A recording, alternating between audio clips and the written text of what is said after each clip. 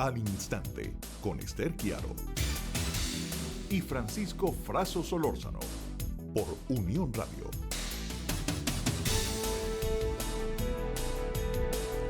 Muy buenos días. 10:04. Bueno, hoy es miércoles, es 2 de octubre. Ya llegó octubre. Sí, Ya señor. huele a yaca. Mira, y ya se oyen las gaitas. Y ya salieron las gaitas. Y Nicolás sigue en la presidencia. Imagínate tú. Bueno, sí, señor. Además, Pues estaremos trabajando para ustedes hoy en la jefatura de producción Carmen Elena Torres. como jefa de redacción, Francis Ventura. Jefa de información María Fernanda Zambrano. En la narración de las informaciones nos acompaña Tinedo Guía. Con la producción de Sandra Rodríguez. En los controles está nuestro querido Freddy Alcalá. Hemos vuelto, Sí, Freddy. oye, Freddy, no te salvaste. Con la conducción de la constituyente Esther Quiaro. Y Francisco Fraso Solórzano. Para una producción de Unión Radio. Bueno, y tenemos hoy invitada especial, especialísima. diría yo. Privilegia este estudio María Iris Varela Rangel. Puedo decir el número de cédula también. Oye, imagínate sí, tú. Bueno, no es un dato nuevo para mi enemigo. Para enemigos, sí. Ministra del Poder Popular para los Servicios Penitenciarios. Pero además de ministra, diputada, Iris Varela ha sido diputada, ha constituyente, sido constituyente, sí, miembro del conocida. Consecoma. Sí, todo eso, sí. inolvidables aquellas imágenes de el 11 de abril, la Ajá. comandante Fosforito, era conocida en esa época, Iris, no solamente en las calles, sino también en el Parlamento, donde siempre fue conocida por su discurso de encendido. Bienvenida. Gracias. Chávez fue el autor de ese favorito. Bueno, para mí un honor estar aquí. Sí, bueno, Chávez nos marcó a todos. Digo que nosotros tenemos el honor y tuvimos el privilegio de haber conformado parte del equipo del comandante Chávez, ¿no? Y además que fue una gran escuela, pues. El comandante Chávez no solamente cambió la historia del país, ¿no? y la geopolítica internacional, ¿no? Sobre todo desde este continente americano, ¿no? Nuestro americano, como él nos decía, sino la historia particular de cada uno de nosotros. Sin duda, sé, incluso tú mismo, Fraso, que fuiste el fotógrafo de Chávez empezando, ¿no? Y siempre. Pero cada uno de nosotros tiene su historia particular con el comandante. Y fíjate, Nos marcó. Sí. Absolutamente. Te quiebra la voz, como mucho cuando hablamos de él, porque cuesta bastante no entender eso de la ausencia. Pero además... Lo que pasa es que todos amamos a Chávez. Exactamente. Todos nos enamoramos de Chávez. Todos nos enamoramos de Chávez. fíjate, pero además a Iris le ha tocado otro rol de los tantos roles que ha cumplido en estos últimos 20 años, un rol muy particular, que es el que queremos conversar, y es fundar un ministerio en un área que me parecía imposible de abordar. Tanto a Fraso como a mí en las lides periodísticas nos tocó más de una vez cubrir lamentables noticias de masacres, de incendios, de hacinamiento, de unos niveles de miseria humana en las cárceles venezolanas que era doloroso, siempre fue doloroso para los periodistas reseñar eso, porque bueno, yo creo que ningún periodista, ningún reportero puede pasar indiferente ante el dolor humano que significaba las cárceles venezolanas. Esa realidad cambió, Iris. Sí, bueno, ahí hay un cambio que es evidente además, que consideramos nosotros perfectamente es un aporte de Venezuela para el mundo. Y esto no lo digo con ánimos de ufanarme, ¿no? Pero tampoco uno puede tener no puede tener como dicen, una falsa modestia, ¿no? Yo estoy orgullosísima de lo que hemos alcanzado. Porque además, cuando te pones a analizar el resultado de las políticas de la revolución, sin duda que hay dos en lo particular que no pueden, por más de que sean atacadas por el enemigo, no pueden ignorarse. porque la realidad salta a la vista. Y bueno, en primer lugar, por supuesto que lo que ha alcanzado la revolución en el tema de la vivienda es algo que el mundo entero, aunque no quieran, deben reconocerlo. Y yo también ubico la gestión penitenciaria de la revolución en ese lugar. Yo digo que si hay algo de lo que los revolucionarios, los venezolanos, que nos ha tocado, bueno, protagonizar, vivir o simplemente estar en este tiempo histórico, debemos estar muy orgullosos también de un logro del pueblo venezolano, del gobierno revolucionario, de este proceso en materia penitenciaria. Ya hoy podemos decir que las cárceles del país que corresponden al gobierno nacional, su administración, su dirección, están 100% controladas. 100%. Aquí ya no hay cárcel que no tenga autoridad del Estado que se ejerza dentro de los recintos. Y bueno, está también un nuevo régimen penitenciario que pasó el 98% de alcance. Ya es esos centros de formación del hombre nuevo donde observamos a los privados de libertad uniformados y con todo un ciclo de transformación que es la disciplina consciente, ¿no? Como nosotros describimos en nuestro plan estratégico. Y además obedece a un mandato del presidente Nicolás Maduro, que en el 2014, en pleno desarrollo de guarimba, en pleno desarrollo de violencia, recuerdo, creo que fue incluso el 14 de febrero, ¿no? El Día del Amor y la Amistad. Hicimos una reunión con el presidente Nicolás Maduro en el Calvario, en el Parque del Calvario, y él allí lanzó un plan de pacificación. En ese plan de pacificación me dio como la batuta de la séptima línea y lo dijo claramente, dijo: Iris, le corresponde convertir los centros penitenciarios en lugares de máxima disciplina social para el estudio, para el trabajo, para la transformación de ese privado de libertad o privada de libertad que se encuentra en esos recintos que corresponden al gobierno revolucionario. Y bueno, yo lo que dije, porque para nosotros la palabra del presidente es sagrada, cúmplase. Y actuamos en consecuencia. Ya hoy podemos decir con orgullo que el sistema penitenciario no es que nosotros hayamos salido ilesos del ataque que nos tienen, ¿no? Porque el ataque, el ensañamiento que hay contra el país, pues nos toca a todos. Pero a pesar de eso, no han podido con nosotros, porque nosotros logramos en esas peores circunstancias consolidar el sistema penitenciario, llevar el nuevo régimen a su máxima expresión y bueno, hoy mostrarle al mundo, ¿no? Con pruebas en mano. Cuando yo digo las cárceles están 100% controladas, bueno, ahí están las cárceles, con ubicación geográfica, con coordenadas. No estoy inventando aquí cárceles aéreas, ¿no? Ni cárceles clandestinas, que eso solamente se ve en Estados Unidos. Aquí hay cárceles reales, con privados de libertad, con su data, con su ciclo, con su control. Y lo que pasa dentro de los recintos, pues por supuesto que es la responsabilidad de quien les habla en primer lugar y de un grupo de personas que me acompañan. Ahora, también allí hay, durante años, en los informes, sobre todo de la Comisión Interamericana y la Corte Interamericana de Derechos Humanos, hubo recomendaciones respecto al sistema penitenciario venezolano. Cosas como la clasificación de los presos o de los sentenciados de acuerdo a los delitos cometidos, la diferenciación de régimen entre distintos centros penitenciarios. ¿Cuáles se han cumplido esas recomendaciones? ¿Se han aplicado en este nuevo régimen penitenciario? Fíjense, nosotros superamos. Las Naciones Unidas tiene dos acuerdos, dos resoluciones, dos documentos o declaraciones que son las que normalmente utilizan para lanzar como políticas universalmente aceptadas para que se apliquen en los países, en todos los países llaman buenas prácticas del mundo, ¿no? Exacto. Entonces, por ejemplo, están las reglas, son las reglas Mandela. Las reglas Mandela es para el tratamiento del privado de libertad.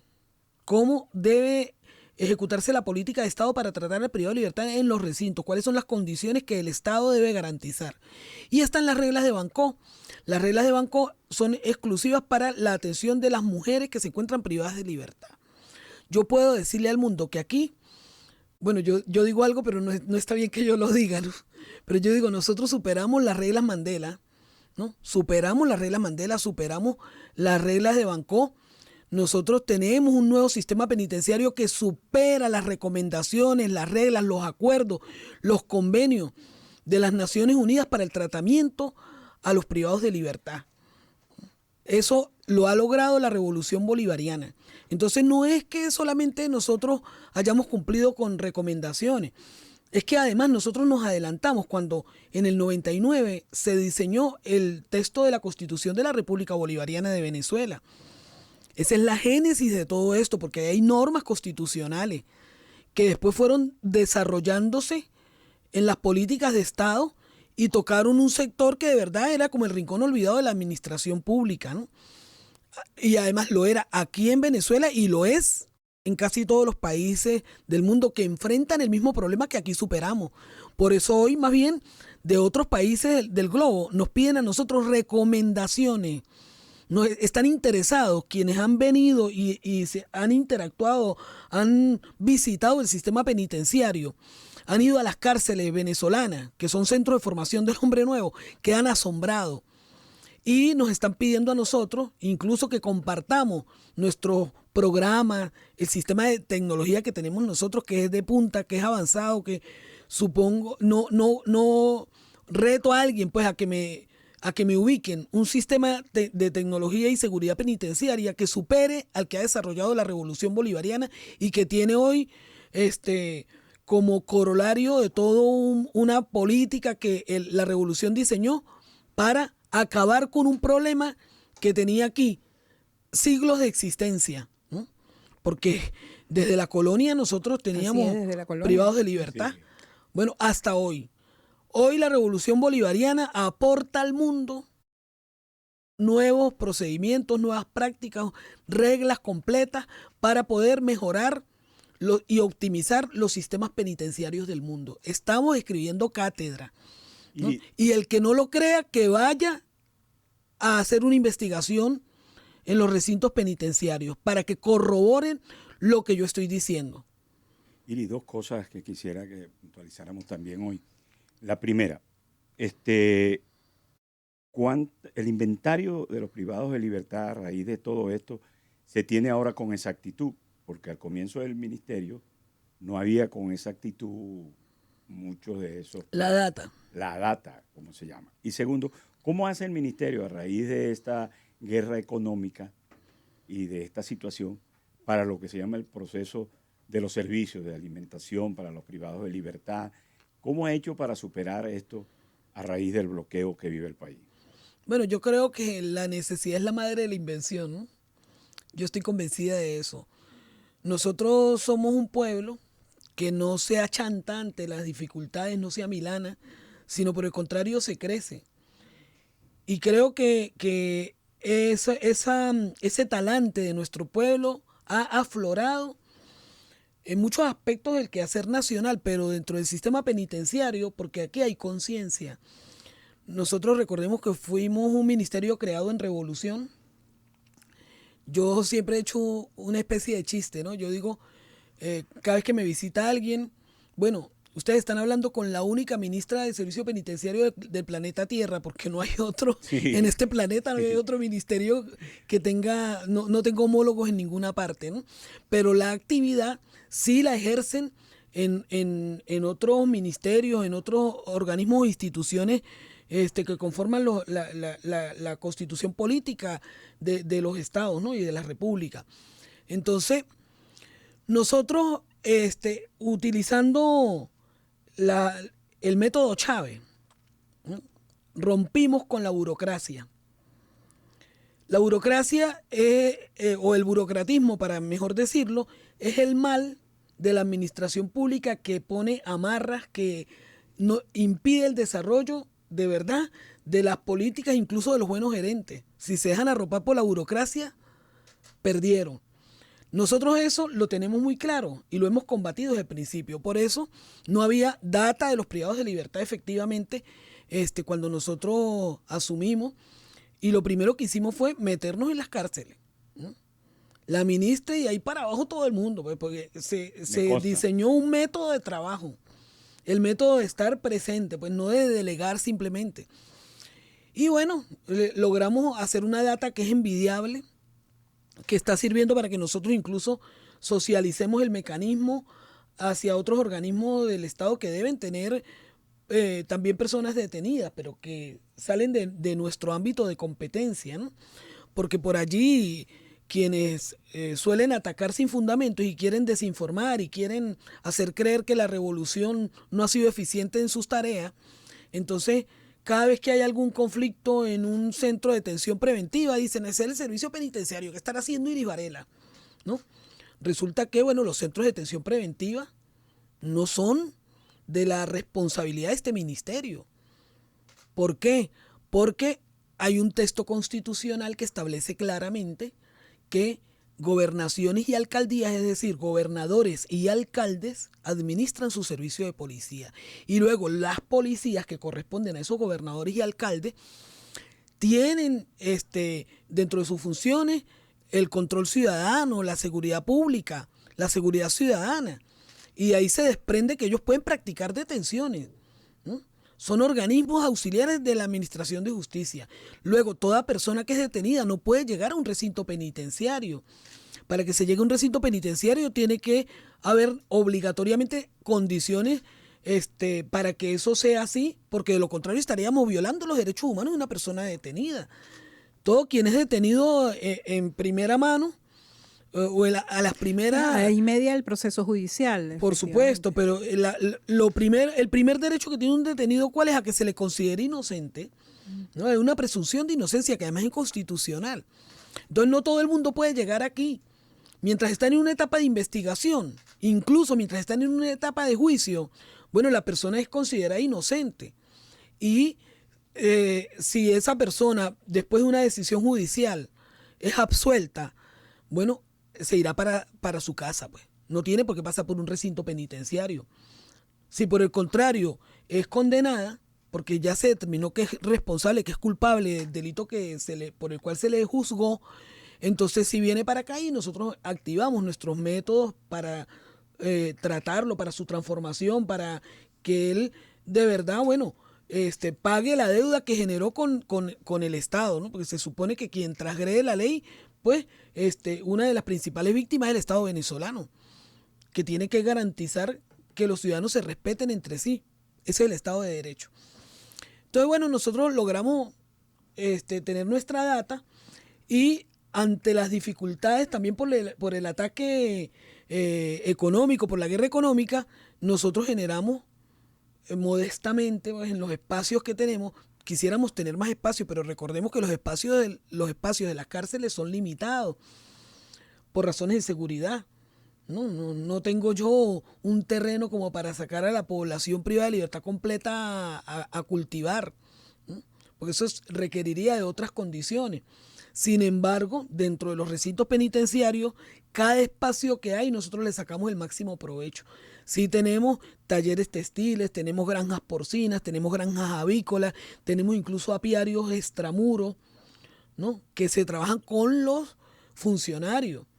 Porque aquí, rompiendo precisamente las anclas del burocratismo, involucré a todos los servidores públicos del servicio penitenciario, ¿no? Empezando por mí, pues dando ejemplo, en un proyecto socioproductivo.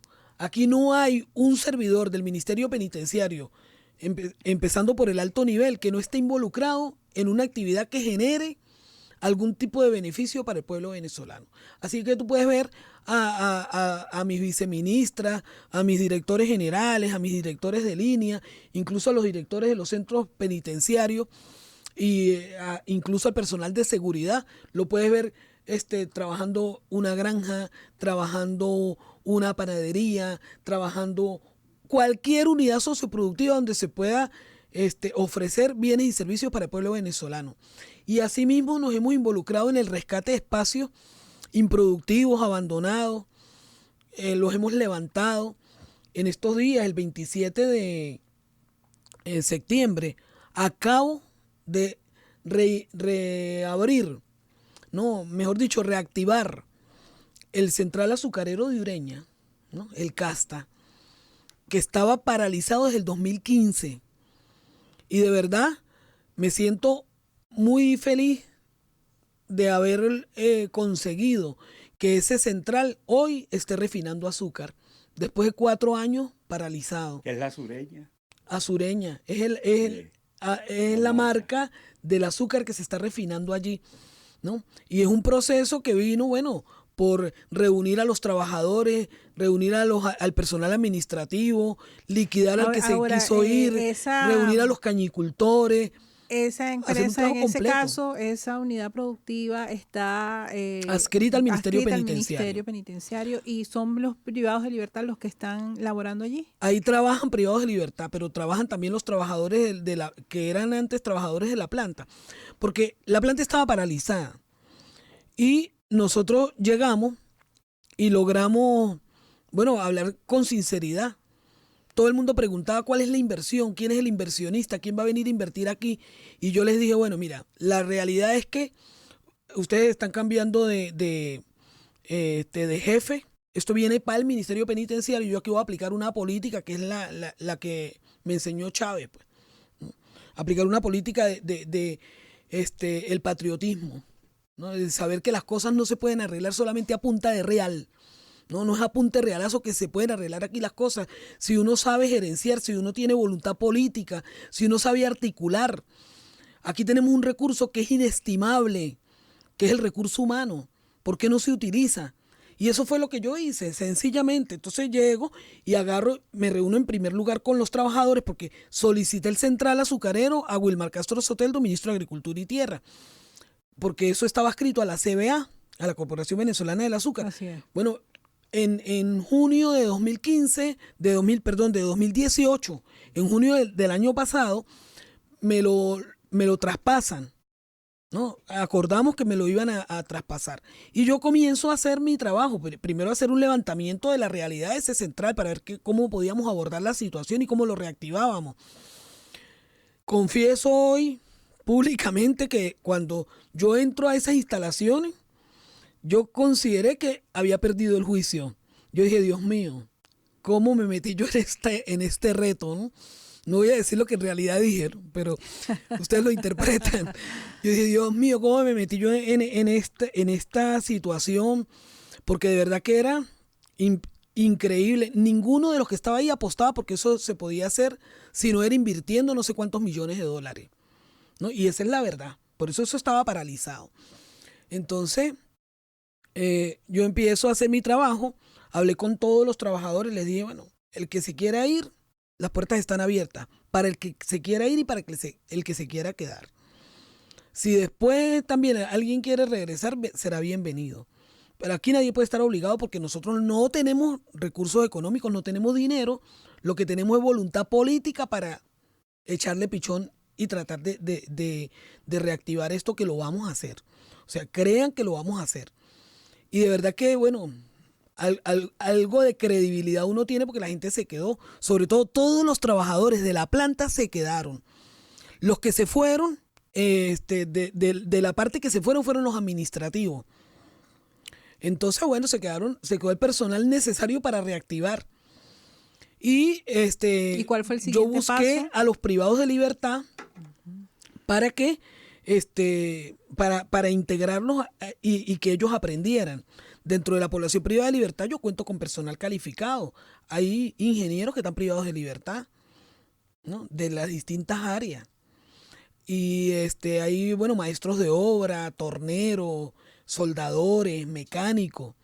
Una cantidad de verdad que yo digo que ahí hay una mano de obra que uno lo que tiene que saber es canalizarla. Y además que los dignifica, porque el trabajo dignifica. Entonces, bueno, hice esa reunión, les dije que yo iba a trabajar que es el Ministerio de Servicio Penitenciario, y que yo iba a trabajar con privados de libertad, que los iba a llevar para el central, para empezar, bueno, a hacer limpieza, a hacer restauración de áreas, a rescatar los espacios, a tratar de arreglar la maquinaria, la planta. Luego luego me reuní con los cañicultores de la zona. Nosotros logramos hasta hacer un trabajo en el río Táchira, hacer un dique, llevar agua porque tenemos una planta, un turbogenerador de energía que produce 1500 kilovatios, le da autonomía al central, puede también incluso suministrar energía a parte o buena parte del municipio Pedro María Ureña, ahí en su casco, ¿no?, a la ciudad. De ahí se van a desprender otras actividades que nosotros vamos a realizar y que ya las estamos desarrollando, ¿no? Pero lo importante es que, bueno, nadie apostaba por eso, pero ya pueden ir a ver que ya estamos refinando nosotros azúcar. Y el siguiente paso que ya empezamos nosotros a echarlo a andar es la reactivación del proceso de molienda, porque queremos hacer todo el ciclo, pues, desde la molienda hasta... En este momento están refinando azúcar cruda. Refinando azúcar cruda, tiene una capacidad de refinar 200 toneladas diarias. El central. Y está a su máxima capacidad. Sí, está refinando ahorita. Bueno, vamos a llegar a 300 toneladas. Nosotros no somos minimalistas, ¿no? Y además es un reclamo que nos hace el presidente Nicolás Maduro. Él dice, ustedes nunca se pueden conformar con poco. Bueno, yo hoy me siento satisfecha porque el presidente puede estar seguro que nosotros estamos cumpliendo con su mandato. Nos quedan ya pocos segundos para el corte, pero quisiéramos ahí hablando de esas experiencias, que al regreso habláramos de la trampa, de Tiraya, creo que hay otro proyecto más. Que sí, todo eso es lo que hemos hecho nosotros pero déjala para paliar la crisis. Para el regreso. Vamos a ir un corte y ya regresamos con más de Al Instante, 10 y 30 minutos. En breve, al instante.